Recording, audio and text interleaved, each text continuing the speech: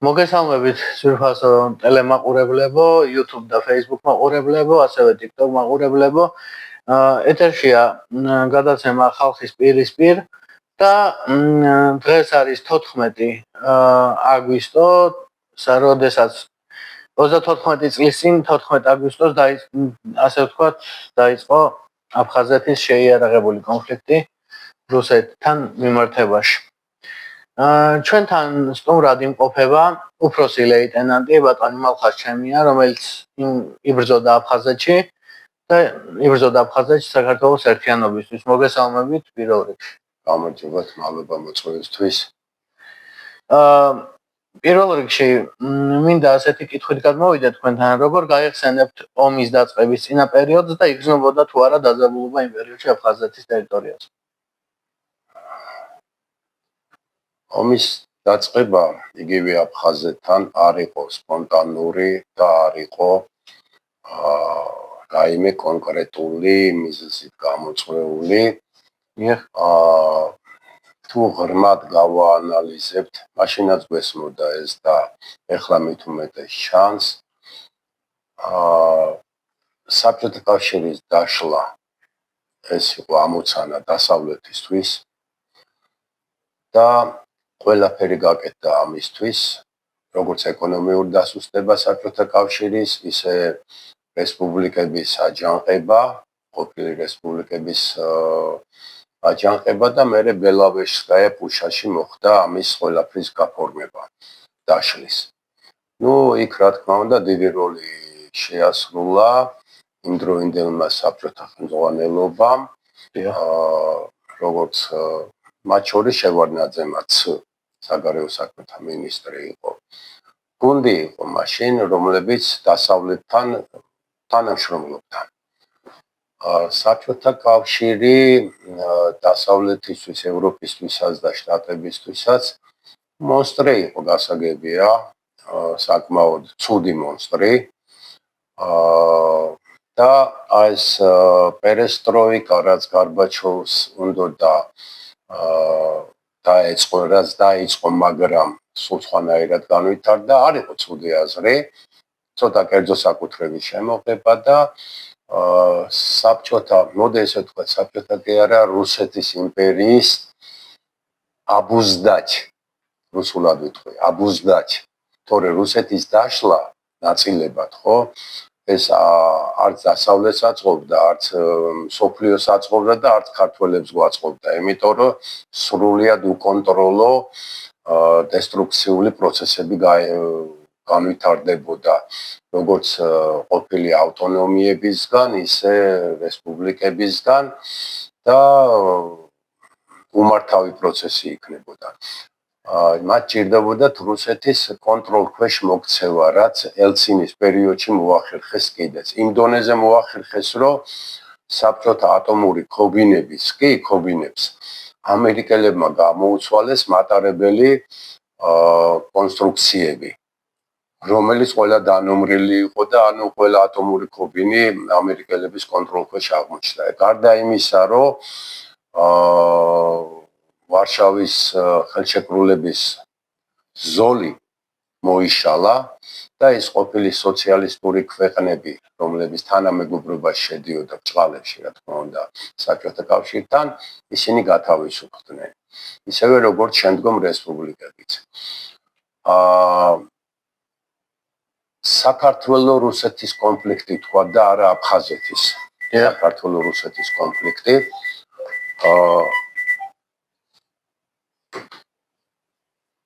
ეს გამოწვეული იყო,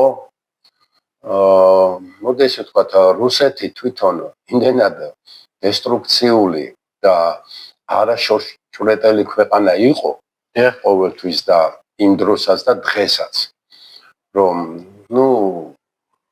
ახერხებდნენ მეგობრებისგან მტრის შექმნას. ქართველები რუსების ხელით მოხდა ქართველებთან კონფლიქტი. და მოდი ვთქვათ, ქართველებთან იმდენად არა, რამდენად სამხრეთ კავკასიასთან. ხოლო ეს ჩადებული აზრი იყო მაინც დასავლეთიდან და ძირითადი პოლიტიკა რუსეთს საქართველოს სამხრეთ კავკასიის კონფლიქტში მიყავდა მაინც დასავლეთს. მიზანი რა იყო? მოგეხსენებათ, რომ კავკასიაზე გადის ორი ვექტორი. აღმოსავლეთ დასავლეთის, აზია, ცენტრალური აზია, ევროპის და რუსეთ წინა აზიის, ანუ ჩრდილო სამხრეთ ვექტორი. აი საქართველოთი, აი ამ პატარა ქვეყნით მოახერხეს დასავლეთმა მოახერხა რუსეთს დაუყენა შლაგბაუმი წინა აზიისკენ. ხოლო წინა აზიის კონტროლი რუსეთისთვის აი სასიცოცხლო ფუნქცია იყო, რატო? ირანის გაზი, იქ კუვეიტი, სირია, საუდის არაბეთისკენ სახმელეთო კომუნიკაცია ხო შეეძლო რუსეთს საქართველოს გავლით. იმიტომ საქართველო ყოველთვის იყო კავკასიის კარიბჭე და ეს ტერიტორიულად და ეს ჩვენი ბედისერაც არის, კარგიც და ცუდიც. ჯერ კიდევ 99 წელში პერესტროიკის დროს რუსეთმა ჩადო სამხრეთ კავკასიაში სამხედრო წარმომადგენლობის შენარჩუნების საფუძვლები გიუმრის სახით. რუსა-ყარაბაღის კონფლიქტი დაიწყო. რუსეთმა დაიწყო, რა თქმა უნდა, მილიარდი რუბლის სამხედრო შეიარაღება ლებედმა გადასცა სომხებს და უთხრა დავაიწი ვასტანავიცე ველიკოი არმენია. სომხები ცოტა უფრო ჭკვიანები მეგონა ვიდრე ქართველები, მაგრამ წამოეგნენ. სულ დაავიწყდათ, რომ ველიკაი არმენია თურქეთისკენ არის და ვანის ტბისკენ არის და სხვათა შორის მათი დესტრუქციული ქმედება იყო, როცა საკითხს განიხილავდნენ, სად დაეწყოთ რა მიმართულებით ველიკაი არმენიის აღდგენა. ყარაბაღში, ბაქოს წინააღმდეგ თუ საქართველოს წინააღმდეგ ჯავახეთში. აქტიურობდა ფრიად სეპარატისტული პარტიები სომხური ეს კრუნკი და ჯავახტი და რა თქმა უნდა დაშნა კუცუნი და სულ 7-ოდე ხმით გადაწყდა, რომ დარტყმა მოეხდინა და ბრძოლა მოეხდინა ყარაბაღისკენ და არა საქართველოსკენ. იმდენს მიხვდნენ, რომ მაშინ საქართველოს ჯარი ძალიან სუსტი იყო, სომხებს ამხელა შეიარაღება, ბორჯომამდეც კი ჩამოვიდოდნენ, მაგრამ მერე რუსეთისკენ გზა ჯვრის უღელტეხილზე გადადიოდა. ამდენს მიხვდნენ. და მთელი აგრესია მიმართეს ყარაბაღისკენ. მე კონფლიქტოლოგიაში მუშაობდი გაეროსთან, ჟენევის ფორმატში და იქ სომეხი წარმომადგენელი კოლეგა მითხრა, რომ ისეთ სისულელე გავაკეთეთ სომხებმა, რომ ეს ყარაბაღი ვერც ვაღიარეთ დამოუკიდებელ ერთეულად და ვერც შევიერთოთ. ტრად გადავიკიდეთ ბაქო და სტამბოლიო და ყველა საერთაშორისო პროექტი განვითარდა საქართველოს გავლით. პიპიდან დაწყებული ყარსის რკინიგზა და სხვა 7 პროექტი დაიწყო მაშინ შევარნაძის დროს. ანუ ჯერ კიდევ 88-9 წლებში რუსეთს განსაზღვრული ჰქონდა სამხრეთ კავკასიაში სამხედრო პრისუსტვიეს ეძახიან, ვაენნაი პრისუსტვიე, წარმომადგენლობის ბაზების ქონა. მთელი პრობლემა იყო სამხედრო ბაზები. ახლა სამხედრო კონცეფციით რო იცოდეთ, ეკონომიკური ინტერესის მიმართულებით ქვეყანას უნდა ჰქონდეს 3 სამხედრო ბაზა, სამკუთხედი, რომელიც დაკავშირებული არის ერთმანეთთან საზღვაო ან სახმელეთო სატანკო გზით. დასავლეთისკენ, ევროპისკენ ეს იყო მოლდოვეთი, ეს იყო სევასტოპოლი და ეს იყო მარიუპოლი. დნესტრისპირეთი ასევე გაყინულ კონფლიქტად გამოაცხადეს და აი ამ სამ წერტილში რუსეთს ჰქონდა თავისი სამხედრო ბაზები, სამკუთხედი, ევროპის ეკონომიკური მიმართულებით. და მარიუპოლზე და სევასტოპოლზე განსაკუთრებით ამიტომ ქონდა გამძაფრება, გარდა იმისა, რომ ისტორიულად ყირიმი მაინც რუსეთის იყო. ისტორიულად. სამხრეთ მიმართულებით ეს იყო ახალქალაქის ბაზა საქართველოში, გუდაუთის ბაზა, ცხინვალის ბაზა. აი საქართველოში, გიუმრი სომხეთში და აი ეს სამხედრო ბაზები ერთმანეთთან შეკრული იყო.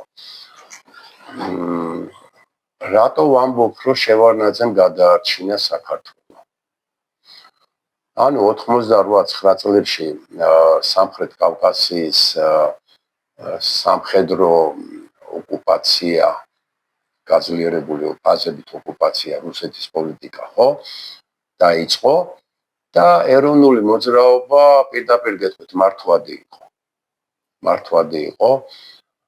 გამსახურდია პატრიოტი პიროვნება იყო, მაგრამ როგორც პოლიტიკოსი არ შეიძლება ყოფილიყო სახელმწიფო სათავეში, რასაც თვით ცხონებული კოსტავაც ამბობდა. კოსტავაც, ჭავჭავაძეც იმიტომ ჩამოაცილეს გამსახურდიას, რომ ის მოსულიყო ხელისუფლებაში, თორე ცხონებული მერაბ კოსტავა რო ცოცხალი ყოფილიყო, ეროვნული მოძრაობა კოსტავამ პირდაპირ თქვა, არ შეიძლება ჩვენ ხელისუფლებაში მოვიდეთ, იმიტომ ჩვენ მართვა არ ვიცით და ძალიან ბევრ დესტრუქციულს გაგვაკეთებინებენ. ზუსტად რაც მოხდა. გამსახურდიას მერე პიროვნულმა თვისებებმაც, ამბიციებმა და მის გარშემო მყოფმა მართვადმა თუ ღია აგენტურამ, იგივე მისი ცოლის თამადობით, ძალიან ცუდი როლი ითამაშა საქართველოს იმდროინდელ ისტორიაში და როცა თვითონ გამსახურდია ხვდებოდა, რომ ის ვერ მართავდა ქვეყანას და რა თქმა უნდა მიტინგებით ქვეყნის მართვა შეუძლებელი იყო, როცა ხელისუფლება მას შეაჩეჩეს ხელში არჩევნებით. გაუგნებული იყო, იმიტომ რომ ქვეყნის მართვა არ შეეძლო. სტრუქტურების შექმნა და მართვა არ შეეძლო და თვითონაც ამბობდა, რომ გადაეცით იმ კაცო შევარდნაძეს გულისხმობდა მოსკოვში, რომ ჩამოვიდეს და მიხედოს ქვეყანასო. თვითონაც ამბობდა მას ღიად. მაგრამ გამსახურდიას აი ამ რასაც ხვდებოდა ის ნაბიჯები არ გადაათქმევინა იმ მართვადმა, მოსკოვიდან მართვადმა, უშიშროების წრეებმა და ადამიანებმა, ვინც გარშემო ანუ ვინდა თქვათ, რომ მოსკოვი ჩაერია.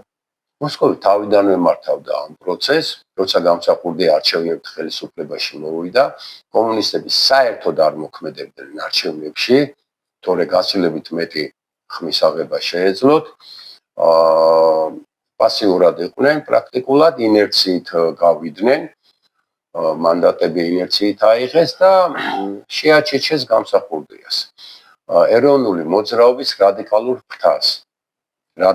ფრთას. იმიტომ რომ ეროვნულ მოძრაობაში იყო ცოტა უფრო გაწონასწორებული პარტიები, როგორც იყო მიხეილ ნანეიშვილი, როგორც იყო ირაკლი შენგელაია და კიდე ერთი-ორი პარტიაც, რომლებიც ჯერ ფიქრობდნენ და მერე მოქმედებდნენ. და ეს რადიკალური ფრთა ჯერ მოქმედებდა, რა თქმა უნდა, მართვადი პროცესებით. და მერე ფიქრობდა, ვაი, ეს რა ვქენით. აი სიტუაცია იყო წინაპირობა ომების. ჯერ კიდე საბჭოთა დროს 30-იანი წლებიდან ჩაიდო კავკასიაში ნაღმები სეპარატიზმისგან, რუსეთის თვალსაზრისით ვამბობ, საწინააღმდეგოდ. ეს იყო ავტონომიები. ცხინვალის ავტონომია, იგივე აჭარის ავტონომია. აფხაზეთები კიდე შეიძლება თქვა, იმიტომ რომ ავტოხტონი ერია და ეკუთვნოდათ ავტონომია, მაგრამ ცხინვალს რატო ეკუთვნოდა სამხრეთ ოსეთის სტატუსი, ან აჭარა რელიგიური კაი. ქონდა მშვენიერი სახელი სამაჩაბლო და რა თქმა უნდა, სამაჩაბლოს იქით ცხინვალის რეგიონი ქვია, იმიტომ რომ სამაჩაბლო ნაწილი არის ცხინვალის რეგიონის, ისევე როგორც კუდარიის ხეობაც ნაწილი არის. ოსურა თვითონ თავისას კუდარცებს ეძახიან და კარგით აჭარა კიდე დაუშვად რევოლუციამდე თურქეთთან მოლაპარაკებების და ზავების, სხვადასხვა ზავების გამო ნუ თურქეთსაც ჰქონდა პრეტენზია ბათუმზე და ბოლო-ბოლო ავტონომია მისცეს მას სასაცილო ავტონომია რელიგიური ნიშნით, მუსულმანური ნიშნით. სხვა რა სახით უნდა მიეცათ აჭარისთვის ავტონომია, ხო? და რა შეატყობდათ აჭარისთვის ავტონომიის მიცემა? ეს იყო ის ბომბები, რომელიც მე აამუშავეს. ნუ გაგახსენებთ, აი სააკაშვილმა ბჭყალებში რო გაანთავისუფლა აჭარა ასლანაბაშიძისგან. გახსოვთ? გაანთავისუფლა. იმიტომ რომ აჭარა იქნებოდა პრომოსკოვური. ასლანაბაშიძე იყო პრომოსკოვური. მე როცა დაჭირდათ ნაციონალები ვინ მოიყვანა. მოდით ესე ნაციონალებიც იგივე შევარდნაძის პერიოდის და გამსახურდიას პერიოდის მოსკოვიდან მართვადი იყო და კონტროლირებადი იყო. როგორც გითხარით, გამსახურდიას პერიოდი იყო მართვადი მოსკოვიდან და ძალიან ბევრი დესტრუქციული ნაბიჯები ჩაადენინეს იმ ხელისუფლებას, მიუხედავად იმისა, რომ ფრიად საცემი და პატრიოტი ადამიანები იყვნენ ბევრნი სათავეში, მაგრამ მართვა არ იცოდნენ ქვეყნის. შემდგომ შევარდნაძის პერიოდი. შევარდნაძემ იგივე აფხაზეთის ომის დაწყება ეს იყო თავსმოხვეული, იმიტომ რომ იგივე ეროვნული ხელისუფლების შეიარაღებული ძალები, აი კობალია და იქით მსგავსები, ლოთიკობალია. დიახ, ეს ყველა იყო მართვადი მოსკოვიდან. წარმოედგინეთ, აი რა გინდა კანონიერი ხელისუფლების წარმომადგენელი არ უნდა ყოფილიყავი, საქართველოს შიგნით ქართველებთან ომს რო იწყეთ, უკვე ხერხემალში ტეხავ შენს ქვეყანას. უკვე გახლეჩილი გაქვს ქვეყანა. როცა ხედავ რეალ პოლიტიკა რა არის? რეალობის აღქმა, ხო? 90 რას ნიშნავს კანონიერი ხელისუფლება? ხელისუფლების სათავე არის ხალხი და ყველა არჩევნები აკანონებს ახალ ხელისუფლებას. 92 არჩევნები, 92 წლის არჩევნებმა დააკანონა აი ეს გადამტრიალებელი თუ ხუნტის თუ ასე შემდგომ ეს ჯგუფი. და შევარდნაძეს უკვე ლეგიტიმური იყო ამ არჩევნების შემდგომ. მიუხედავად იმისა, აი წესიერი ადამიანები, მაგრამ პოლიტიკისგან ძალიან შორს რო იყვნენ, ანტიშევარდნაძის სულ განწყობაზე იყვნენ. აფხაზეთის ჯერ ცხინვალის პროვოკაციები, სადაც მე ვხებულობდი მონაწილეობას ცხინვალის დასაცავად, ჯერ მშვიდობის დასამყარებლად, იმიტომ რომ იქ ვინ ბანდიტობდა და ვინ ისროდა და ვინ ურევდა, ამღვრევდა წყალს, ღმერთმა უწყეს. იმიტომ კონსტრუქციული ოსებიც ბევრნი იყვნენ და ყაჩაღი ქართველებიც არანაკლები. შემოქცეულები ასე ვთქვათ თუ იყვნენ შემოპარულები. ეცეთ რა არის შემოპარვა არ ჭირდებოდა და მართვა. აი ჩანერგილი ჩანერგილები გამსახურდიას გარშემო იყო ძალიან ბევრი. ძალიან ბევრი. დანარჩენი თბილისში მაგალითად რამდენი ოსი გადამიჩემია იგივე ჩემს საწარმოში მე ერთ-ერთ ხელმძღვანელი ვიყავი მუხიანის რადიო ქარხანა კი ერქვა, მაგრამ ეს ხო საქართველოს დაქვემდებარების თავდაცვითი მრეწველობის ძალიან სერიოზული ქარხანა, სადაც ბევრი საიდუმლო აპარატურა ინახებოდა. იქ 400 ოსის პირდაპირ გაყრის ბრძანება მოვიდა პრეფექტისგან. მთელ მგდანი მუხიანში 80 საწარმო არ გავყარეთ ოსები. მე ჩვენ დაგვიწყეს დევნა. მაინც გადევნეს ეს ოსები. როგორ შეიძლება ოსების დევნა? 40,000-მდე აი ამ პერესტროიკამდე 40,000-მდე ოსი ცხოვრობდა ცხინვალის რეგიონში და 60,000 ცხოვრობდა დანარჩენ საქართველოში. კახეთში, ქართლში, გუჯარეთის სოფელი საერთოდ დაიცალა ოსების სოფელი. გაყარეს საერთოდ ბაკურიანიდან გაყარეს. და ეს დანაშაული იყო. აი სისულელე ურა პატრიოტიზმი დანაშაულის დონემდე. რაც ბევრი მოხდა ასეთი იგივე სამტრედის რკინიგზის გადაკეთვა და ბლოკადა, აი სისულელე რბილად რო თქვა. ძალიან ბევრი ესეთი მოხდა და რა ხდებოდა აფხაზეთში. აფხაზეთი მაინც ყველაზე დიდი პროცესები განვითარდა სეპარატისტული. შევარდნაძემ იქ სამხედროები სამხედრო ჯარი გააგზავნა და სერიოზულად გააფრთხილა ხელმძღვანელობა, ნუ კიდევ არის. ქალაქში არ შესულიყო. მათ უნდა დაეცვათ რკინიგზის კვანძები. რკინიგზის კვანძები, რომელიც რუსეთიდან მომავალი რკინიგზის შემადგენლობები იზარცვებოდა კანონიერი ხელისუფლების მიერ. აფხაზები არ ძარცვავდნენ. და აფხაზეთის ტერიტორიაზე ხდებოდა ეს ყველაფერი. მოდი ესე ვთქვათ, აფხაზებს სათავეში მაშინ ედგა, ნუ გარდა არძინბასი, რომელიც აშკარად გამოხატული სეპარატისტული განწყობების იყო, ბევრი პროქართული ადამიანი.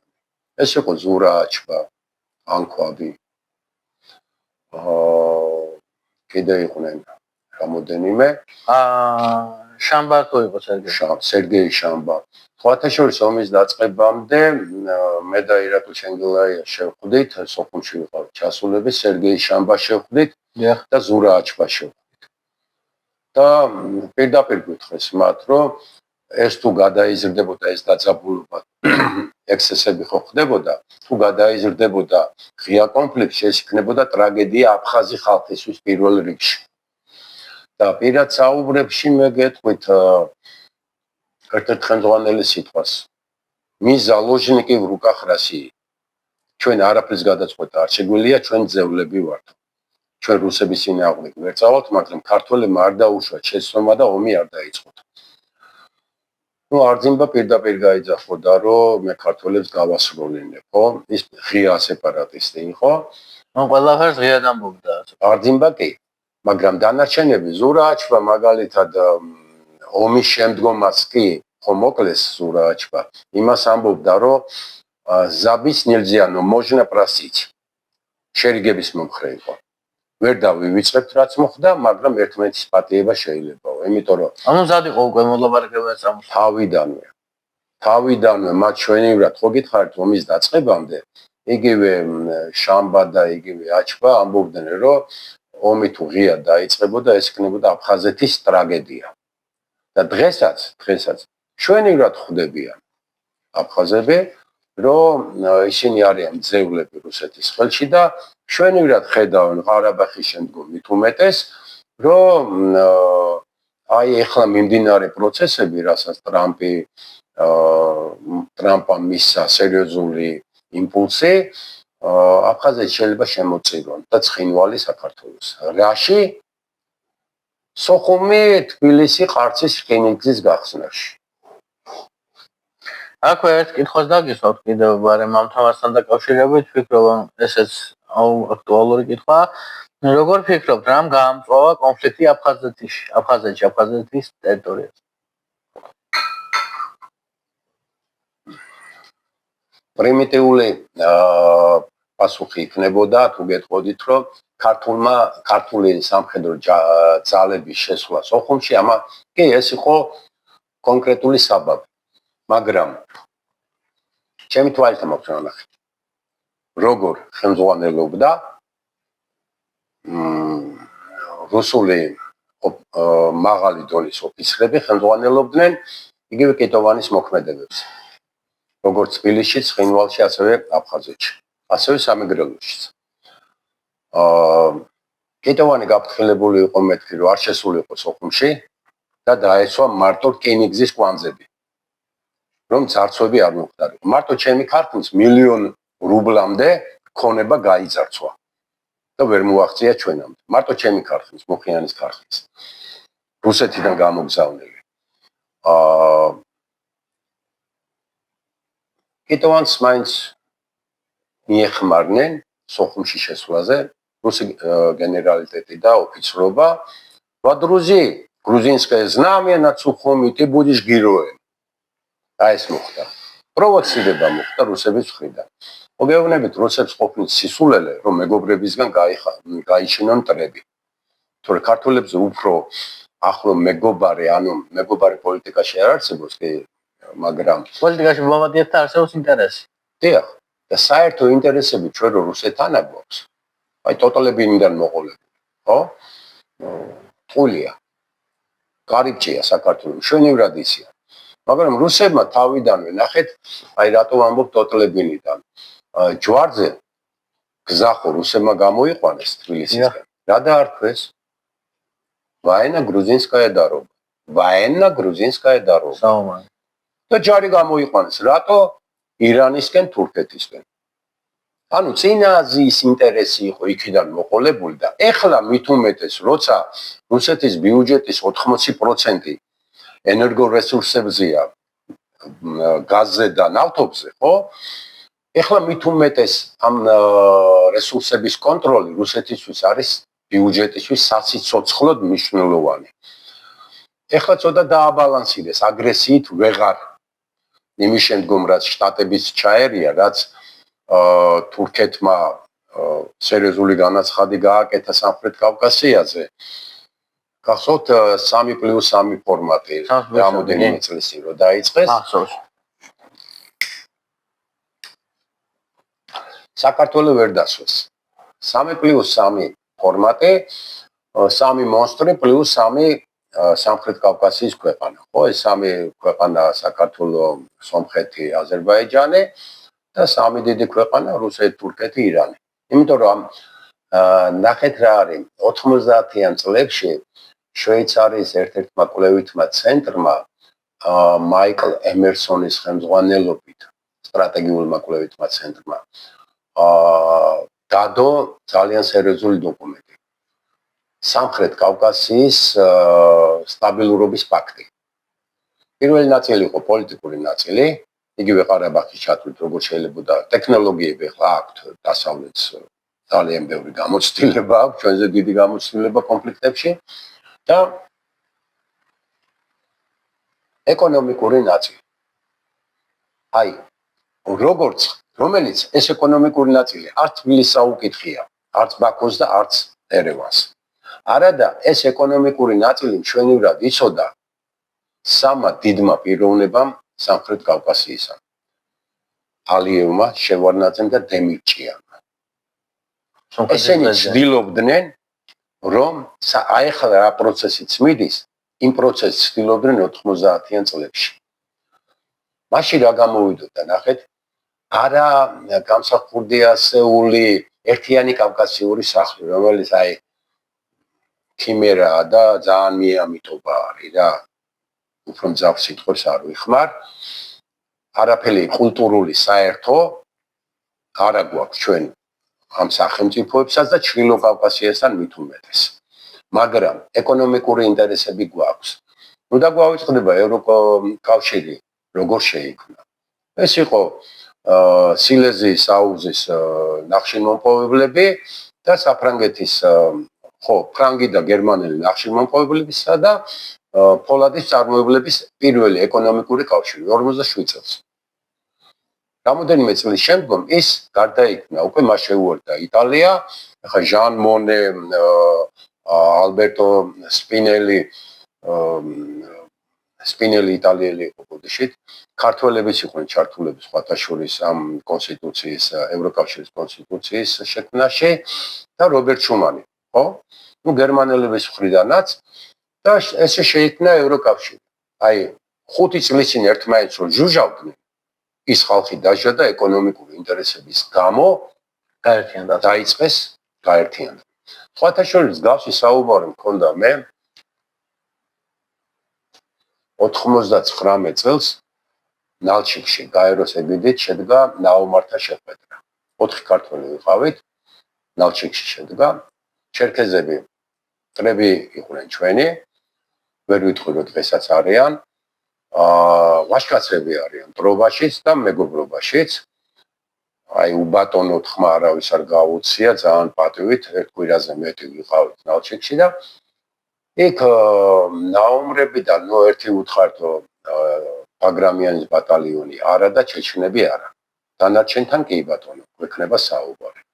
ნუ აგრესიულ აფხაზებთან რო ქონდა საუბარი, დაჭრილებთან და ნაომრებთან რა. უშუალოდ ისეთ ხალხს შევხვდი, რომელსაც ხალხი ჩაუხოცეთ და უშუალოდ ვებრძოდით და კონკრეტული ოპერაციები რო გავიხსენეთ. სხვათა შორის ბევრთან ძალიან მაგრა დავმეგობრდით. ისინიც იმ აზრის იყვნენ. სპასიენია აფხაზოვ, რუკა გრუზინო. შვენივრად იცოდნენ, რომ რუსების ხელში ასიმილირებას განიცდიდნენ და დაიკარგებოდნენ. ჩვენივრად იცოდნენ, დღესაც იციან. ხო და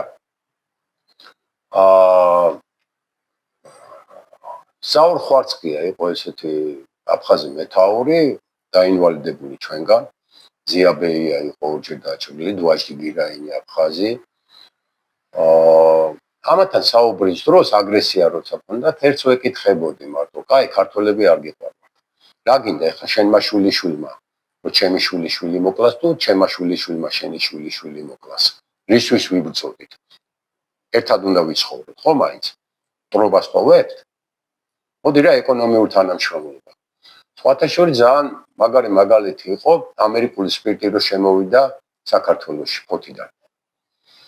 ცხინვალით გადიოდა, ჩრდილო კავკასიაში შედიოდა, ჯვარითაც გადიოდა. ყოველგვარი კონფლიქტი გაწყდა. ყველაფერი შონაზე იყო. 99-დან 2002 წლამდე მიმდინარეობდა ევროკომისიის მე ხა ფრაგმენტებად ვლაპარაკობ, მაგრამ ეს ყველაფერი ერთად ჭაჭვად არის აკინძული. ევროკომისიის პროგრამა საკმაოდ დიდი პროგრამა 6 პროექტიანი ცხინვალის რეაბილიტაციის. ეს ის პერიოდია, როცა ცხინვალთან აღდგა ურთიერთობა და 98-ში პირველად ტექნიკურ-ეკონომიურ ნაწილს მე ხელმძღვანელობდი. გაეროს და ეუთოს მანქანი შუაში ვიჯექი ხოლმე, ერგნეთან უკვე ოსი მესაზღვრეები საბუთებს რო ამოწმებდნენ, ჩემს საბუთს დახედავდნენ, ყველაფერი იცოდნენ. დახედავდნენ, ხვდებოდნენ რომ ნაომარი ვიყავი იქა, სიაში მადარებდნენ, აი ცენტრულად მიყურებდნენ, მეთქი ახლა მომიტაცებენ დავხვრიტავენ. ერთი წლის მერე თავისუფლად დავდიოდი მარტო. ცხინვალში, ჯავაშიც ქართული ავტობუსები დადიოდნენ, ლარი ტრიალებდა. ქართული წარმოებები თოფაძე მას გახსნა, ლუდის წარმოება. და ოსების განწყობა იყო ესეთი, რა სიზავს ენიწირი მე ძმა-ძმასთან უცხუბია, ძმები დარჩნენ. და მარტო პოლიტიკური სტატუსი რჩებოდა განსასაზღვრი. დანარჩენი იგივე ავტობუსები რაჭაში ცხინვალი დადიოდნენ. ასე ვთქვათ, ჩვეულებრივი ურთიერთობა ჰქონდა მათთან. ურთიერთობა და ეს და სხვათა შორის მაშინ იყო, ეხლა შემილია ეს ვთქვა, ეუთოს ერთ-ერთმა მეგობარი იყო, მეგობრობდით იმ ბიჭთან, წარმომადგენელმა ვთხოვა, რომ ახაზო იქნებო ერგნეთის კონტრაბანდისტები ოსური მხრიდანაც და ქართული მხრიდანაც ამათი რაობა, ვინაობა გამოიკვლიოთ უფრო ზუსტად, რა მოცულობის საქონელს ატრიალებენ, რა სახის საქონელს და ვინ არიან. მე ძალიან ესე გულღია თუ მიამიტურად და მე ეს ყველა უნდა დავაკავოთ მეთქი და გაეცინა დავაკავოთ კი არა პირიქით თუ მაგაძედ გაშვიდობა ხელი უნდა შევუწყოთ.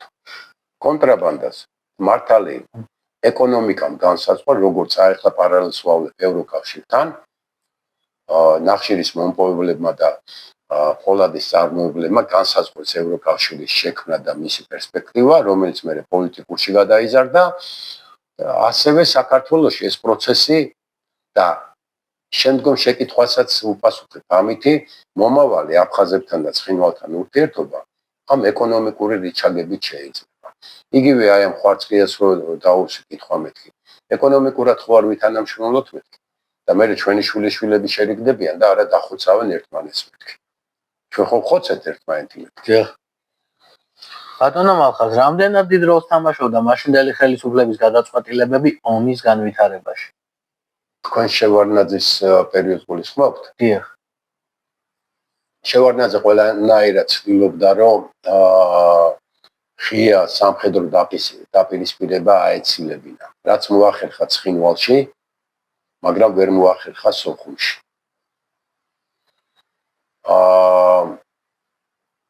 შევარნაძემ ყველაზე დიდ აი მე არ ვლაპარაკობ ჰაერზე და ემოციებით, მე არგუმენტებით გეტყვით.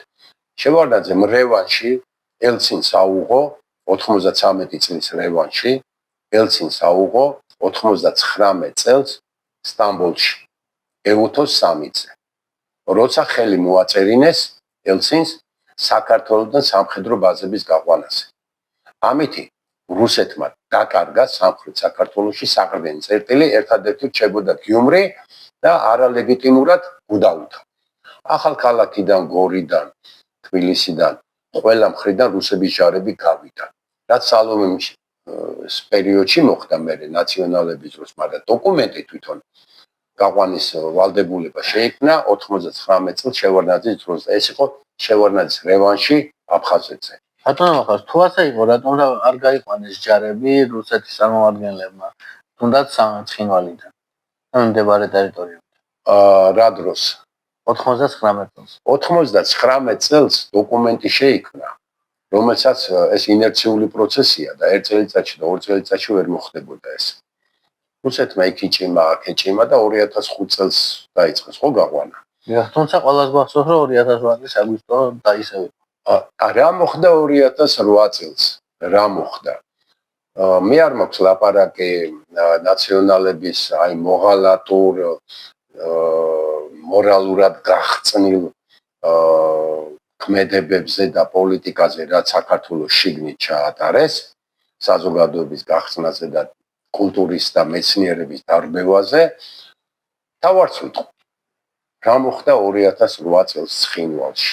მანამდე 2004 წელს პირველი დაძაბულობა ოსებთან ცხინვალში ჩვენი პოლიციელები რო დააკავეს. და დააჩოქეს, დაამცირეს. 2008 წელს პრაქტიკულად ელცინმა მეთქე პუტინმა დააბრუნა სამხედრო ბაზები სამხრეთ კავკასიაში, ცხინვალსა და სოხუმში. გარდა ამისა, საჩუქრად მიართვეს დალის სვანეთი.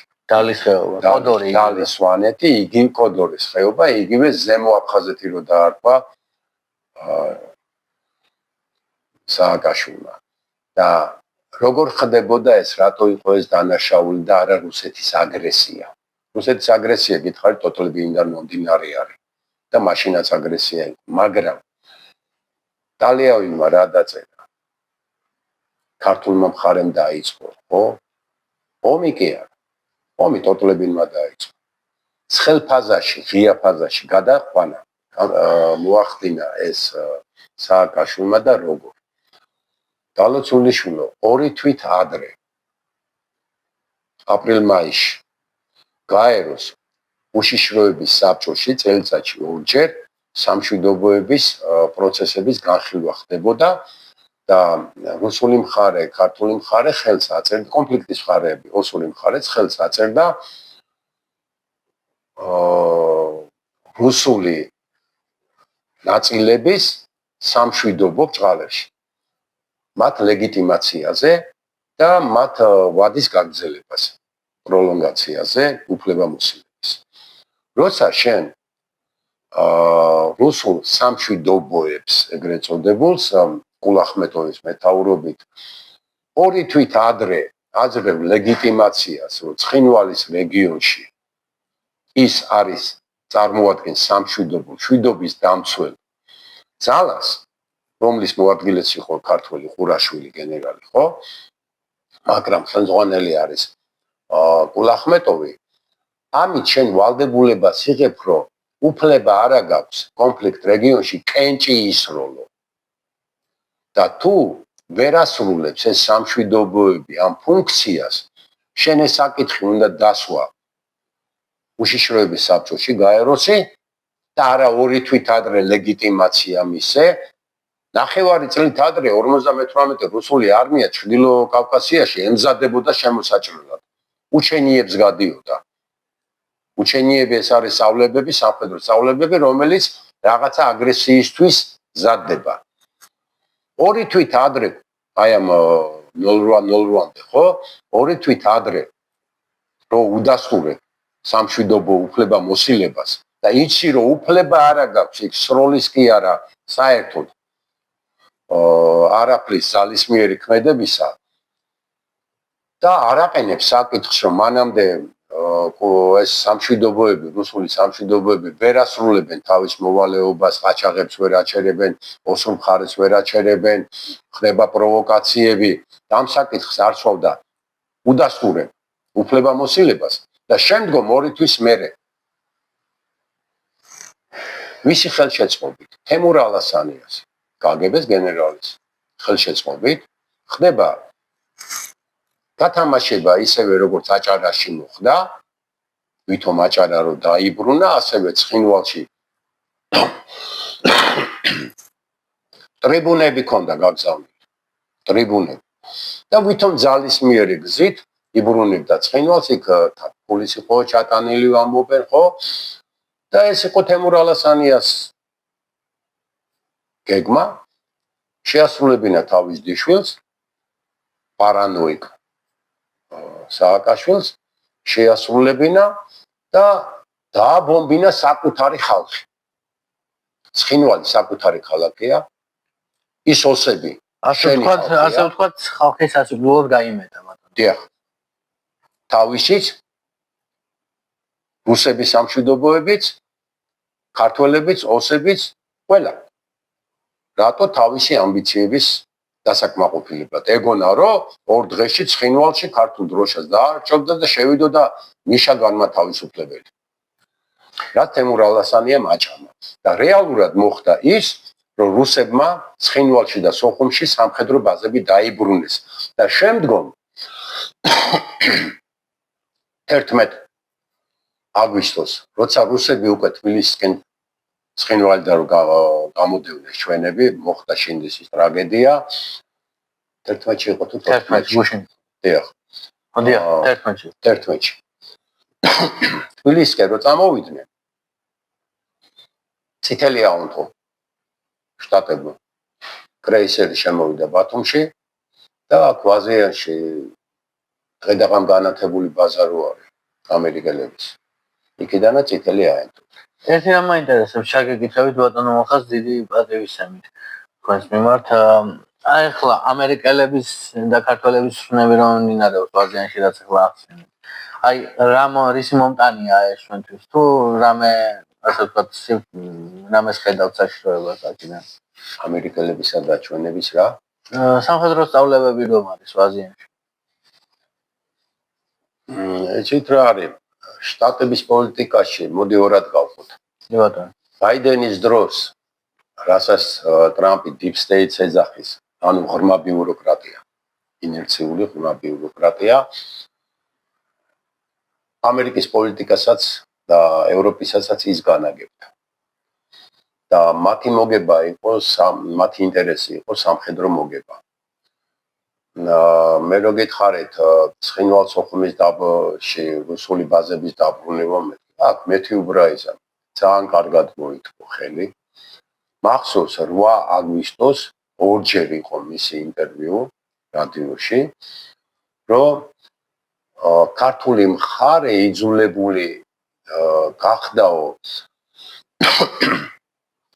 ოსების პროვოკაციებზე ეპასუხაო და ცეცხლი გაეხსნაო ვითომ არ იცოდა რომ უფლება არ ქონდა ქართულ მხარეს ცეცხლის გახსნის მაგრამ ჩვენო მოსკოვთან მივახციეთო საინტერესო შეთანხმებასო მეთი უბრაიზეს ვინ ეკითხება აი ამ განცხადებას რომ ქართული მხარე ჩვენთან მოსკოვთან რაღაც შეთანხმებას ახდენს ორჯერ იყო ეს ინტერვიუ 9 საათზე და 11 საათზე მერე გააქრეს ესა მეთი უბრაიზამ დიდი ფული გააკეთა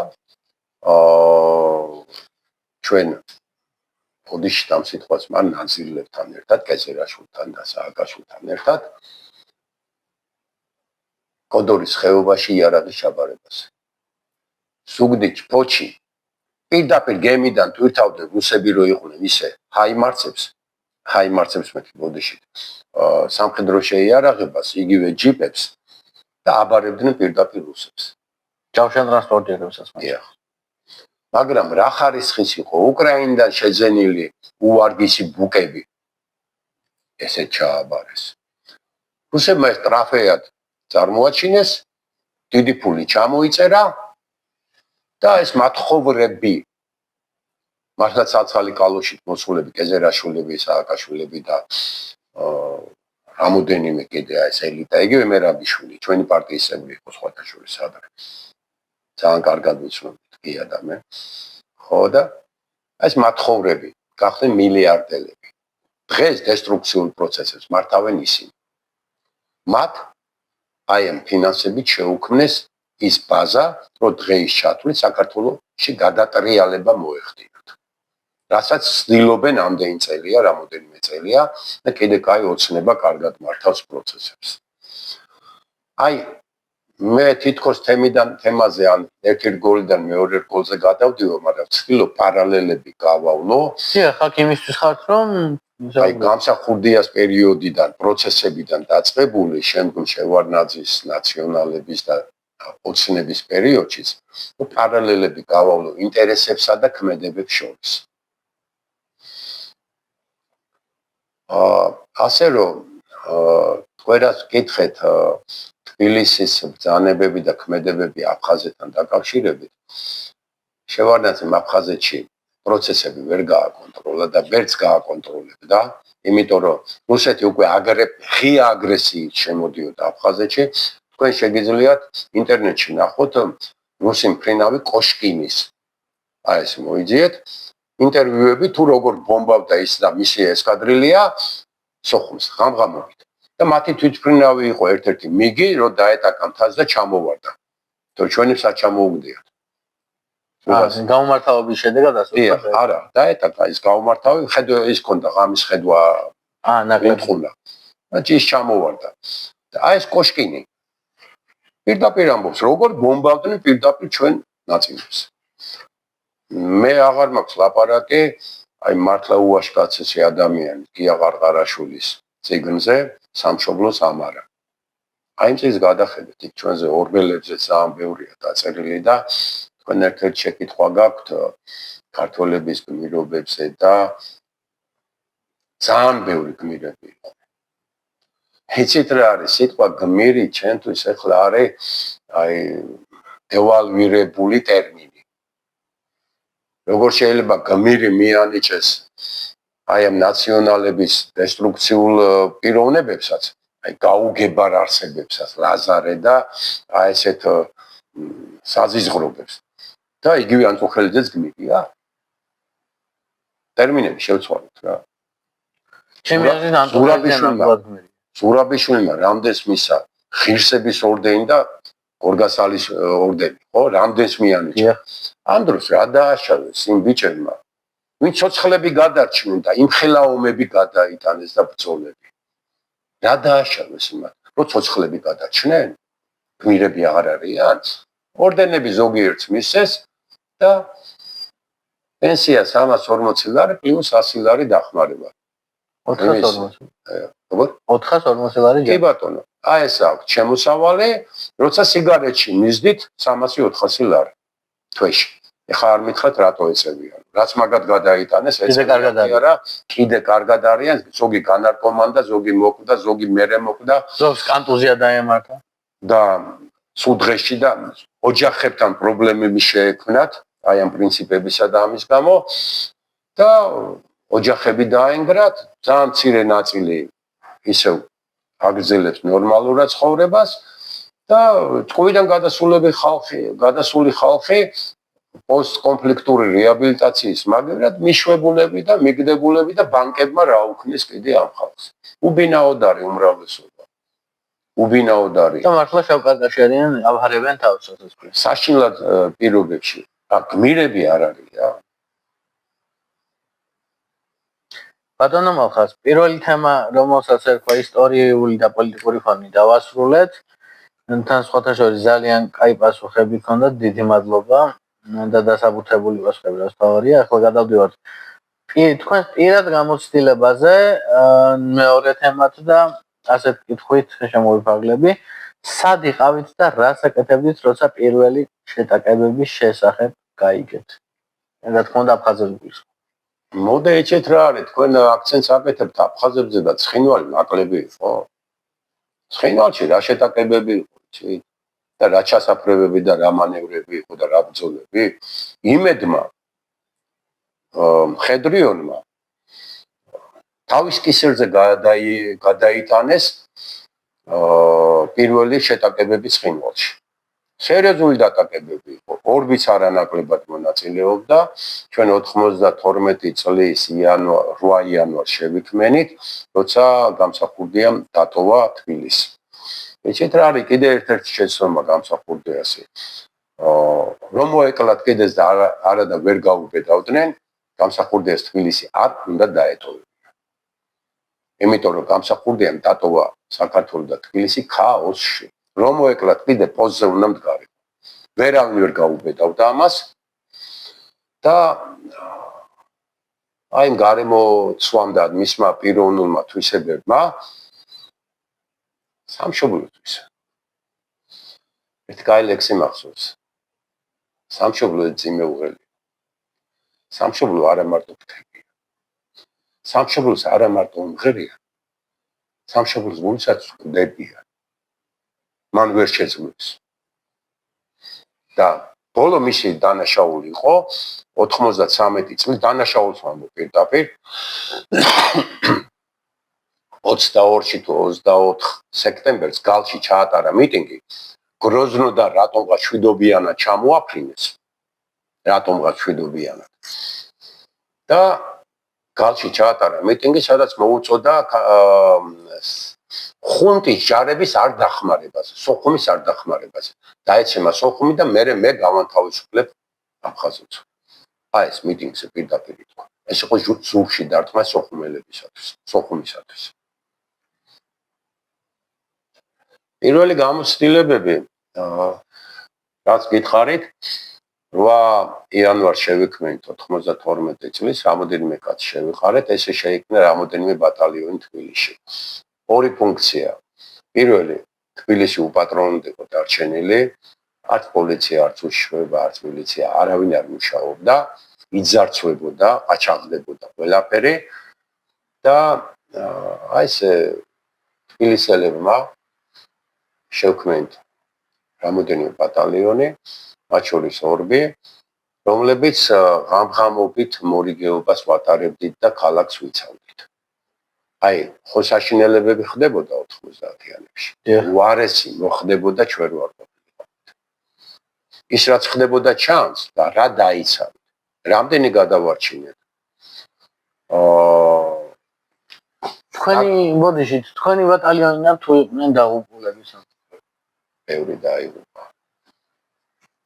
გაგრის გადასარჩენად ვიდეოც არის მაგაზე ყარყარაშვილი ორბელებთან ერთად რომ მიფრინავს გაგრაში და წიგნშიც აქვს აღწერილი რა ვიცი თან ისიც მე მაინც 36 წლის ვიყავი და საბჭოთა უჩეპკა გავლილი და სატანკოს მეთაური და მინიმუმი კი არა, კაი ბევრი ნასწავლი მქონდა, მინიმუმ ის უნდა იცოდე, действие солдата в одиночном бою. რომ შეასრულო ამოცანა ისე მარტო რო დარჩე. თუ არც მოკვდე, სხვის ტყვიას თავი არ შეუშვი, ჩვენებმა არ იცოდე. 70% დაიღუპა ამ უცოდინრობის გამო, რემბოთი ნასწავლი ბრძოლის გამო. გადახოხება, მოხსნა ყარაულის, ხელჩართული ბრძოლა, სროლები გადაადგილება არ იცოდნენ. ჩვენ რაც შეგვეძლო ვასწავლით. მეორე კურსელი ბიჭები. აი რეფერები ისე ლაწირაკი ბიჭები. მოდიოდნენ. ახლა ვაშკაცობდი. ორბელები დათო ბეჟაშვილი, სანდრო დოღონაძე, ეხლა გარდაიცვალა გია ბედოშვილი, ესოთა მოზრდილი იყო. კოტე ანდრიაძე, გამოცდილი ოფიცერი იყო ისიც, გაგრაში დაიღუპა. ეს ბიჭები გადარჩნენ. მაგრამ რა ჯოჯოხეთი გაიარეს, აბა წიგნში ნახეთ ერთი ყარყარაშვილის წიგნში მათზე ვაშკაცები. აი, ვერ ვიტან თავზე ნაცრის ყრას და ქართველებია, უარგისები ვარ ქართველები, ეს როგორ მოვედით დღევანდლამდე თუ უარგისები ვარ. უარგისები ყველა ერში არის და რაღაც პროცენტი. აი ეს 30, 40 თუ 60%-მდე მეტნაკლებად პატრიოტები და ვაშკაცები იმათ მოიტანეს ქვეყანა აქამდე. დღესაც არიან და ხვალაც იქნებიან. აი ეს სტუდენტი ბიჭები მეორე კურსელი ზოგი 17 წლის იგივე ახალგაზრდა თეთრი არწივი თათარაშვილის ხელმძღვანელობით მამამისი საბჭოთა ოფიცერი იყო ქართულად ძლივს ლაპარაკობდა ამოვიდა აქ იბრძოდა სოხუმში. ვაშკაცები. რაც მე ქართველების ერთმანეთის გატანა და ხარდაჭერა ვნახეთ გულია რა. და ერთი საინტერესო მომენტი არის. აი, ხო, აფხაზებზე დადებითი ვთქვი ბევრი, ხო, ჩვენ და მე კეთილგანწყობა და ზალოჟნიკები და მძევლები და იზულები და რაღაცა. ძალიან ბევრში ხო აფხაზებში ქართველების სიძულვილი იყო. ქართველებს აფხაზეთში სიძულვილი არ ქონია. მე სტუდენტობის დროს ომამდე ერთ 5 ჯერ ვარ აფხაზეთში ნაპოვი. თბილისელი მეგრელი ვარ. აფხაზებთან ჩხუბი მოგვიწია, დაჭრილიც კი ვიყავი იქ ჩხუბში, გაგრაში. ხიდიდან გადავახეთეთ. კაი, მაგრამ ვიჩხუბეთ. ხო და დანა დამარტყეს, მაგრამ ფეხში. ხო და მაგრამ აი სიძულვილი არ ქონია პირიქით. აი რო ეცემოდა თბილისი, ხო, ნუ მოდეს ვთქვა, ორი აფხაზი თქო ცოცხალი გავუშვა. დავჭერი და ცოცხალი გავუშვა. ვერ დავხვდით.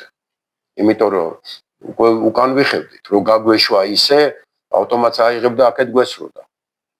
ნუ ბეჭებში დავჭერი და გავუშვა. არა და მის მოგლა შეგეძლო. როგორ? არა და მისი ლიკვიდირება შეგეძლო. უნდა მოგვეხდინა.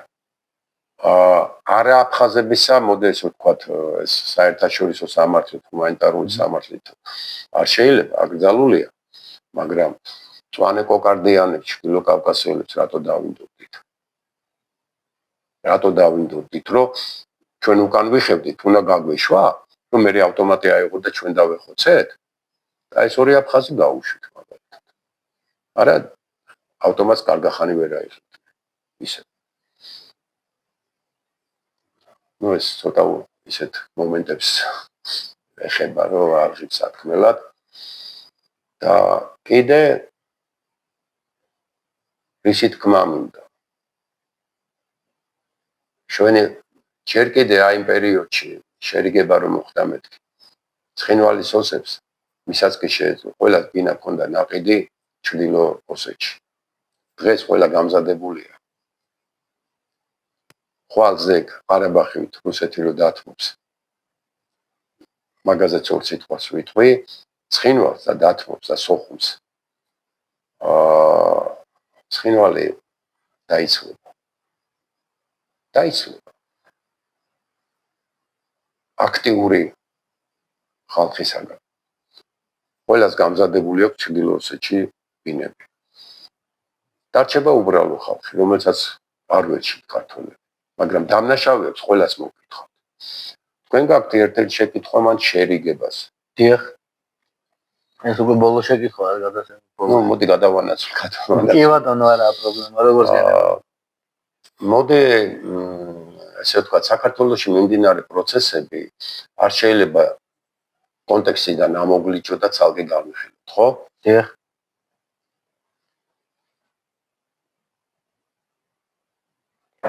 როცა მე ვახსენე დემირჭიანი ალიევის შევარდნაძე გახსოვთ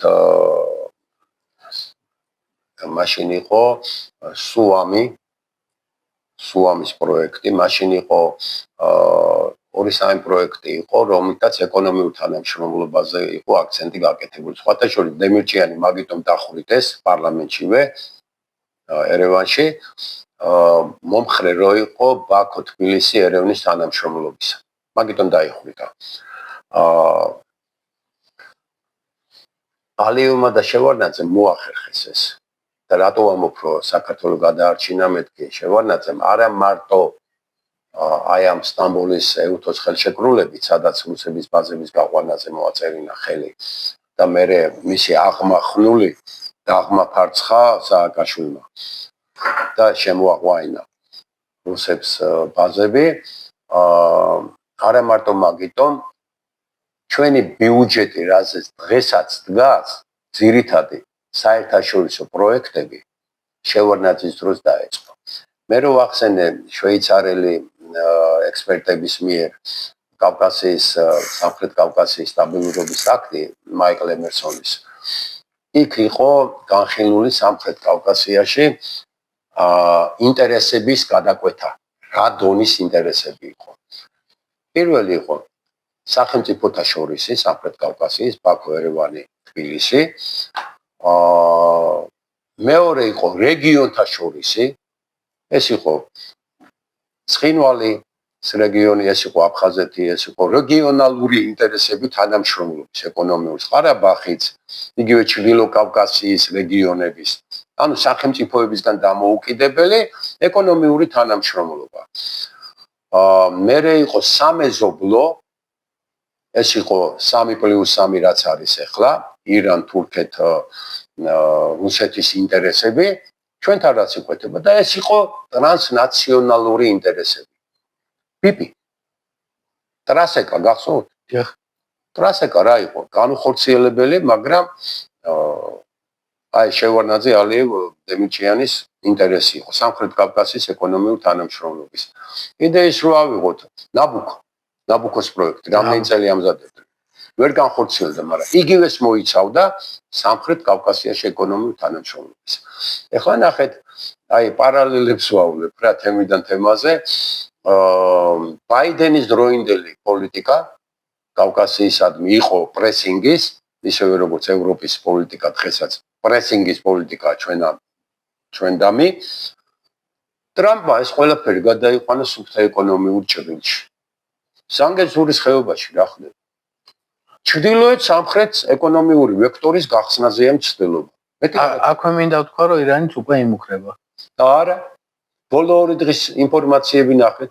ირანმა შეარბილა თავის გამონათქვამები და რა გასაკვირია, სამხრეთ კავკასიაში როგორ შეიძლება ირანის ინტერესები არ იყოს გათვალისწინებული კომუნიკაციის. ირანის ინტერესი არის მოსკოვის ინტერესით და როგორც კი იგივე აი ბრიქსი რითი არის ჩვენთვის მიმზიდველი ეკონომიკური თანამშრომლობით, სადაც ჩვენ ჩაწერილები ვართ. და სამხრეთ კავკასიაზე გამავალი აი ბრიქსის ჩინელები იდიოტებს გვანან. მილიარდებს როდებენ საქართველოში და იგივე ანაკლიაში ჩვენები ძალიან სწორად თამაშობენ. მიძინა გენიოსია. სწორად თამაშობს. იცით რა, დიდი ფულის პატრონებს უფრო მეტად უნდა ციცოცხლე ვიდრე ჩვენ რა.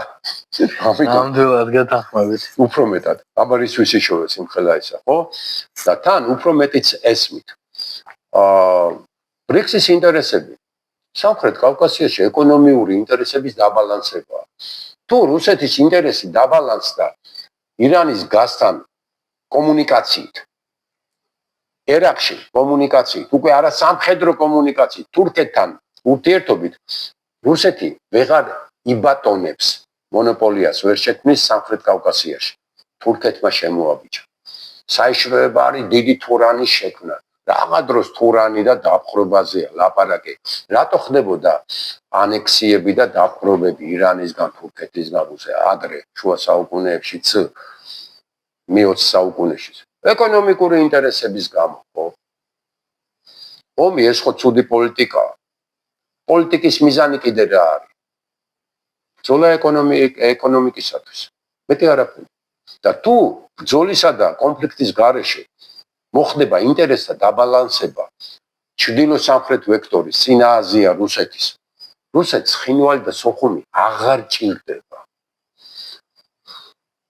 სოხუმის ბიუჯეტში რუსეთი იხდის ყოველწლიურად 150 მილიონ დოლარს. ცხინვალის ბიუჯეტში 50 მილიონს. 200 მილიონს რუსეთი ჰაერში ისვრის ყუილუბრალოდ. როცა რკინიგზა გაიხსნება, რა თქმა უნდა საქართველოს კონტროლის ქვეშ. რუსეთი, სოხუმი, ყარსი, ბათუმით თუ თბილისით, სომხეთისკენ, ხო? და აქ სატვირთოების ივლის, როგორც სომხეთი ამოისუნთქავს. მაპატია ჯვრის უღელტეხილზე, თერგი ადიდება თუ არა და გზას წაიღებს, სომხეთი შეირიშება. ხო, იმ ხელა ტრაილერები იჭედებიან და მომარაგება არ აქვს ერთადერთი ირანიდან, ზანგეზურის ხეობიდან ისიც. ხო? ზანგეზურის ხეობა თუ ამერიკელების კონტროლირებადი გახდა 100 წლით. 199-ის. ერთი თავსი ღორი უღარები ხო არა. ეხლა ირანის ინტერესი თუ არ გაითვალისწინე იქა. რა თქმა უნდა, ირანი ისგოი დარჩება ირანს შენ ძალად ხდი ტერორისტად. ისევე როგორც სამხრეთ კავკასიაში ერევანი იყო ტერორის სახელმწიფოდ ქცეული. ერევანს თავისი კი ძალიან ცუდ დღეშია, ჩიხშია. ჯვრის უღელტეხილით სუნთქავს. ბაქომ ტრადაყავს, თურქეთი მტრადაყავს. და საქართველოსი აი როგორღაც სულში ითქვას და ერთ სული აქვს ცხინვალი გახსნას და სოხუმის რკინიგზა, ხო? შენ თუ ეს ინტერესები არ გაითვალისწინე, ირანისაც, სომხეთისაც, ვერ იქნება სამხრეთ კავკასია წყნარი და მშვიდობიანი და სტაბილური. ასე რომ, უნდა თუ არ უნდათ, ირანის ინტერესს გაითვალისწინებენ. ტრამპი მისი გუნდი რამდენადაც ემოციური და ისეთი იმპულსური არ უნდა იყოს, ხო? საკმაოდ კარგად ითვლიან ფულს და ეკონომიკას. სამხრეთ კავკასიის მისი თანამონაწილეობითაც, ხო, თანამშრომლობა ირანი რომ უნდა ჩაიგდოს ჩვენივრად იცის, მიდის ვაჭრობები. ხო ხედავთ ეს სანქციებს ხან 15%, ხან 25%, ხან 50%-ამდე როგორ ათამაშებს იგივე ჩინეთთან, ხო? ირანის ინტერესები იქნება გათვალისწინებული, იმიტომ რომ ირანს მაშინ აქცევენ ტერორის სახელმწიფოდ რეგიონში. იზოლებით. და კი ბატონო, ზანგეზურს შეიძლება ვერ შემოიჭრას ირანი და არ შემოიჭრება, მაგრამ ზანგეზური თუ გადაუკეთე შენ გზა, მაშინ ის სხვა ატომური იარაღზე გააძლიერებს კიდე სხვა მიმართულებით. მეზობელ ქვეყნებზე გააძლიერებს, ისრაელზე გააძლიერებს. როცა შენ შეგიძლია ეს აგრესია ისრაელისადმი, თუნდაც მოუხსნა მას ზანგეზურის სამხრეთ კავკასიაში და ზანგეზურის ხეობაში მისი თანამონაწილეობით. და ეს მე თუ მესმის, თქვენ თუ გესმით, ჩვენ თუ გვესმის, იმ დიდ პოლიტიკოსებს არ ესმის. ჩვენზე კარგად იცით. მაგრამ მიდის ვაჭრობ. იგივე რუსეთის აბუზდანი. რუსეთი არ უნდა დაანგრიოს. რუსეთს უნდა მადა შეუკვეცო, ხო? და სამხედრო ძალადობა. თუ მისი ინტერესები დაცული იქნება, აი ამ ჩრდილო სამხრეთ ვექტორით, მაშინ რუსეთს უკვე სხვა ინტერესი, სოხუმის და ცხინვალის ინტერესი არ ექნება და მოგიგდებს აქეთ ფედერაცია თუ კონფედერაცია თუ რაღაცა სახით შესაერთებლად. ყარაბაღი ეგრეთ წინ მაგალითი. ბატონო მალხარ, ყველაზე მძაფრი მოგონება, რომელიც დღემდე ვერ დაივიწყეთ ომის პერიოდში, გინდა ცხინვალი, გინდა აფხაზეთი.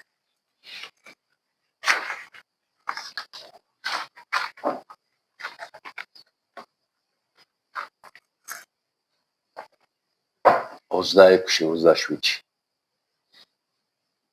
როცა უკან ვიხევდით. BMP-ზე ვიჭექი, ზემოდან კორპუსზე ვიცავდით რა რომ ჩვენი ნაწილები შეგადაში უკან ვიხევდით. ყანიდან ახალგაზრდა გლეხებით თოხებს გვიქნევდნენ, ეგონათ რომ ჩანჩირიდან ძალა შემოვიდა.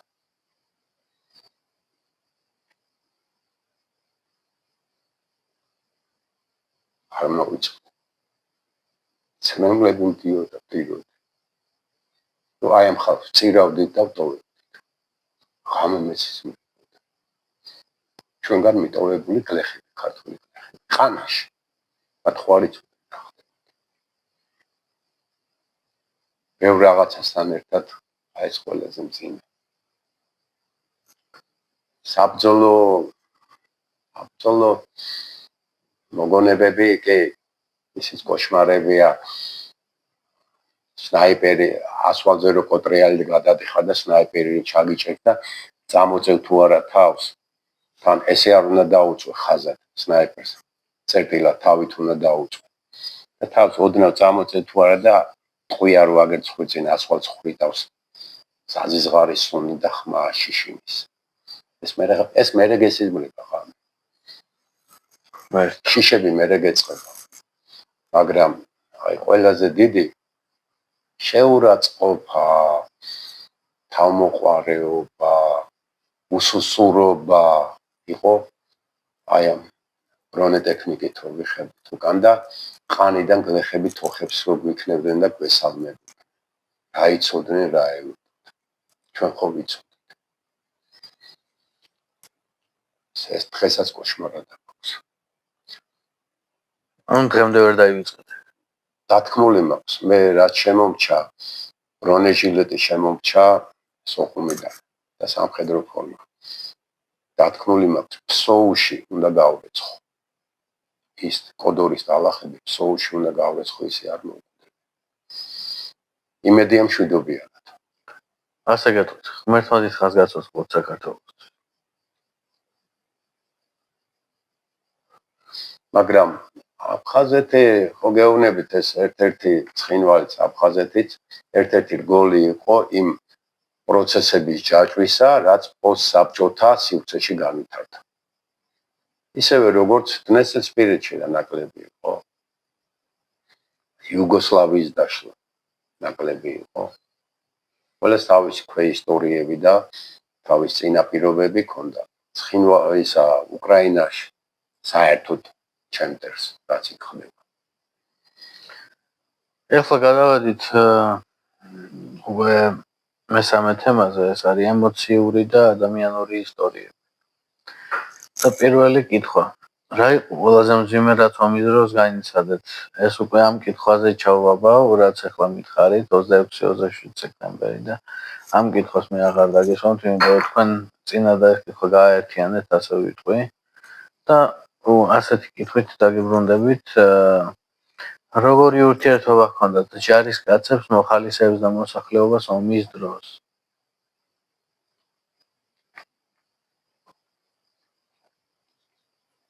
მოდით ცოტა სუბუქ თემებზე გადავალ. ერთხელ კარგით, მაშინ როგორ შეიცვალა თქვენი ცხოვრება ომის? ურთიერთობაზე. კი ბატონო. ერთხელ ორბელებს მოუვიდათ ესე დავალება სოხუმში, რომ ერთ-ერთ კორპუსში, ერთ-ერთ ბინაში აფხაზი მეთაურის მამა ცხოვრობს, რომელსაც იარაღი უდევს სახლში.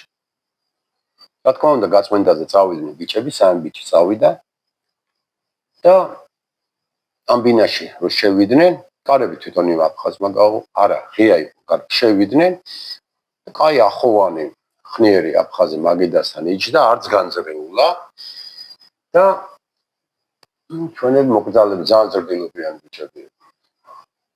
არა, მებრძოლები. ხო და თქვენ ეს ბრძანდებით კი ბატონო. ამ დროს მოპირდაპირე კარებიდან ქართველი შემოვიდა მაცხოვრებელი. და ჩვენ ბიჭებს მიმართა რომ ძალიან კაი კაცი არისო და არ დაჩაგროთ და რაღაცა გამოექო მაგა რა თქმა უნდა აფხაზს კარის მეზობელს. ჩვენ ემაგეთეს თქვენი შვილი გუდაუთაში იბრძვის მეთაურია, იმამ კიო დაუდასურა. იარაღი გაქვთო? კიო და სანადირო თოფი გამოუტანა. აი ძველები. და სხვა არაფერიო? არაო. ძალიან ღირსეულად ელაპარაკებოდა. და ალს დავლევთო და მაცივარი გამოაღეს. და რაღაცა ძველი პურის ნაჭერი და რაღაცა ის წინა დღეს აღებული ხელფასები დაუტოვეს მაგიდაზე და წამოვიდნენ. აფხაზ. ეხლა ნახეთ რა არის. ბევრმა აფხაზმა სხვათაშორის ბევრი ქართველი გადაარჩინა. მარტო ცუცხრულ ლაპარაკობთ ეგრე არ არის. იგივე სამხედროებიც. ხა დარწმუნებული ვარ ეს მამისი ამბავი შულამდე რომ მივიდოდა, ხო? ისიც ვიღაც ქართველს ხო გადაარჩენდა. და კიდე